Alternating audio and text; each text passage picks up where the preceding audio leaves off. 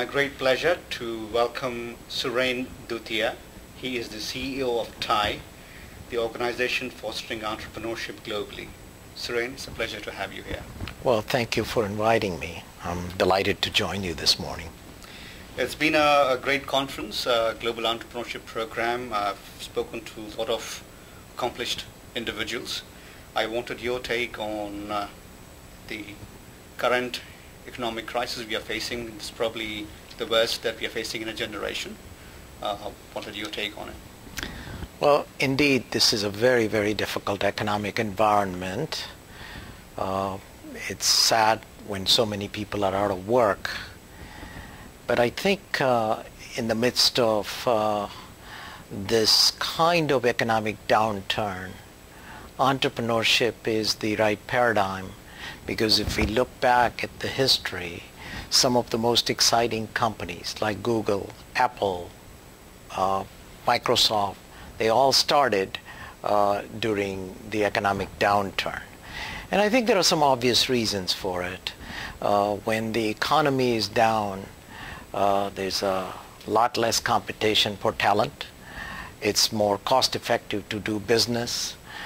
People who have creative ideas, they view this as an ideal time to realize their dream. So in a lot of ways, entrepreneurship has flourished during the most difficult situation when the country, like the one that we are faced with at the present time. This conference, as you all know, is focused on promoting entrepreneurship globally. The world looks up to the US for many reasons. One of them is entrepreneurship. What is your opinion? Because TiE is going to be collaborating with other organizations in promoting this concept to the emerging economies. Well, I think that is correct. I mean, the basic thesis of your question is the role that US can play in this arena.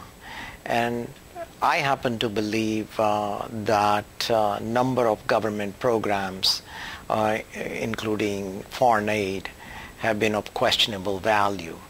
And I think that entrepreneurship is a very powerful way that US government can make an impact and contribute in a very, very positive way. So my belief is that this is very timely. My belief is that US can work with a number of organizations like TiE and others who are represented at this conference, and working together, I think we can really make a difference in the lives of millions and millions of people all over the world. TiE is, like you said earlier in our conversation, in about 12 countries, 53 chapters, and they do conferences which are the largest in the world for entrepreneurs. Wanted you to elaborate on the activities of TiE. Well, thank you. I think TiE has become the largest non-profit organization in the world fostering entrepreneurship. And the premise of TiE is fairly simple.